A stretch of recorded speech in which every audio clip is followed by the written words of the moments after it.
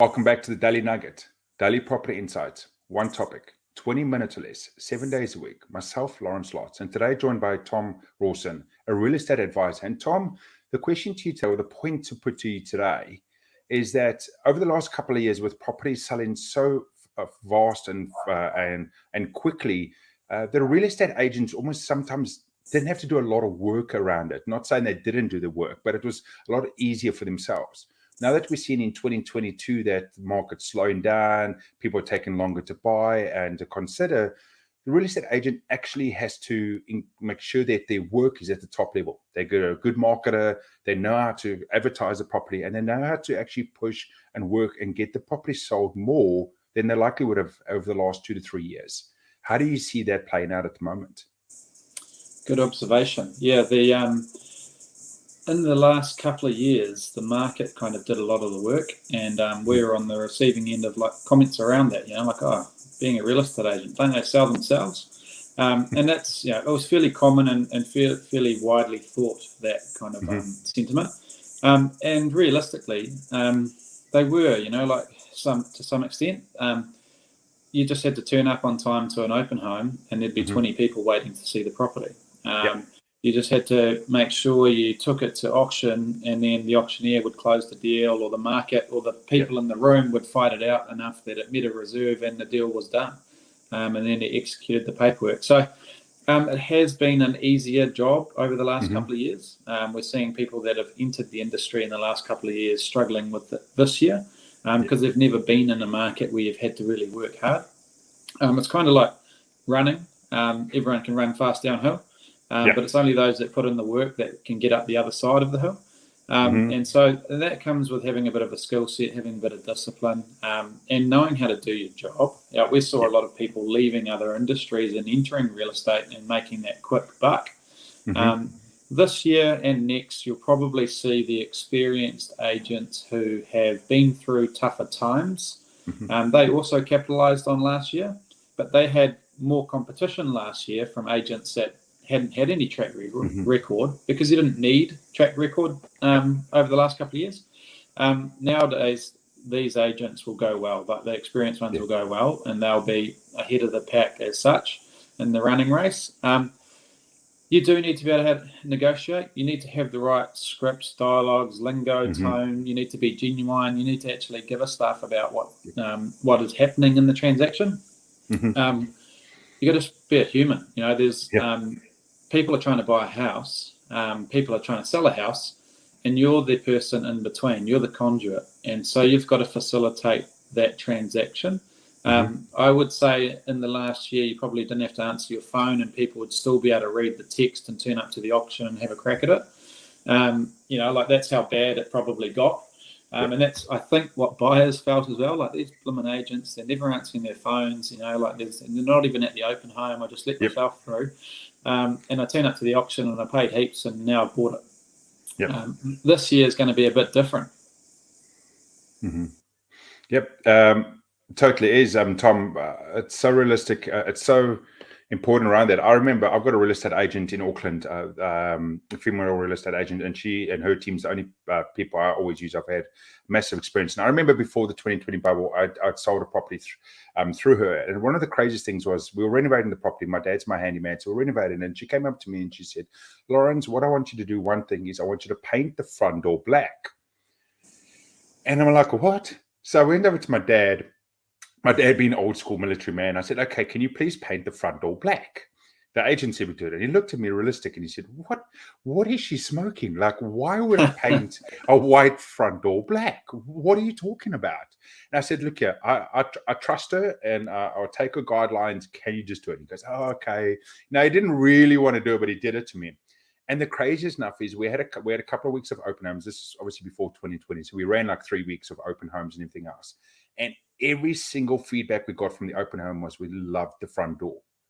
And it was so weird to see this, something that we as sellers had no understanding, and the real estate agent come in with such a subtle change, or we thought was, crazy change, and everyone loved it. And that's the sort of stuff we're talking about at the moment, Tom. The experienced real estate agent will have those small quirks or jokers up their sleeve that someone coming in the game sort of a couple of years ago might not understand or know, because the market they've only ever experienced was listed, sell it tomorrow, listed, sell it in a week, where some of the other agents have listed and wait, 90 days.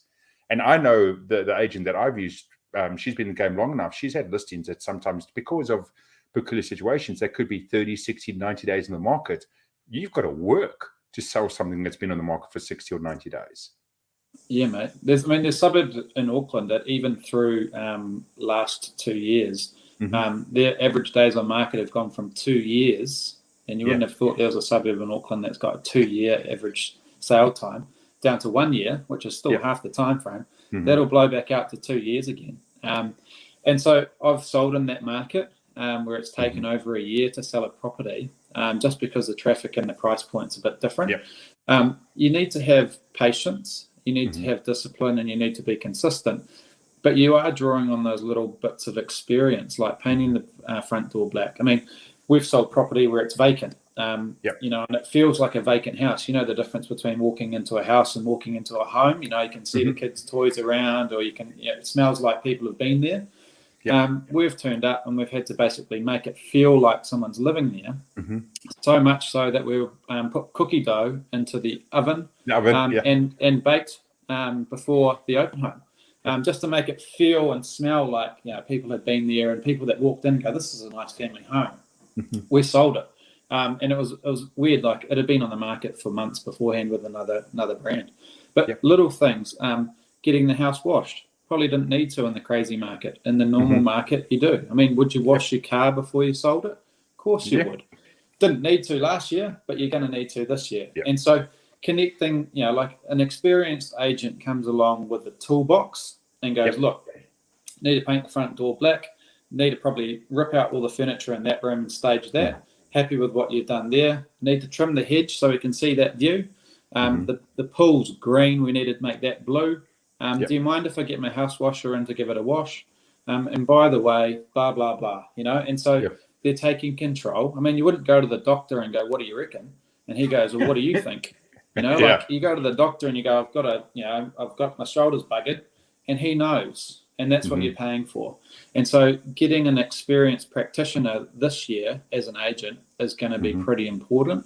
They're not going to commit to working with you if they don't think they can sell your property, because they've got opportunities. And so take the advice, paint the door black, put it back on them. But the experienced ones will go really well this year. And those ones that probably shouldn't have joined the industry might leave.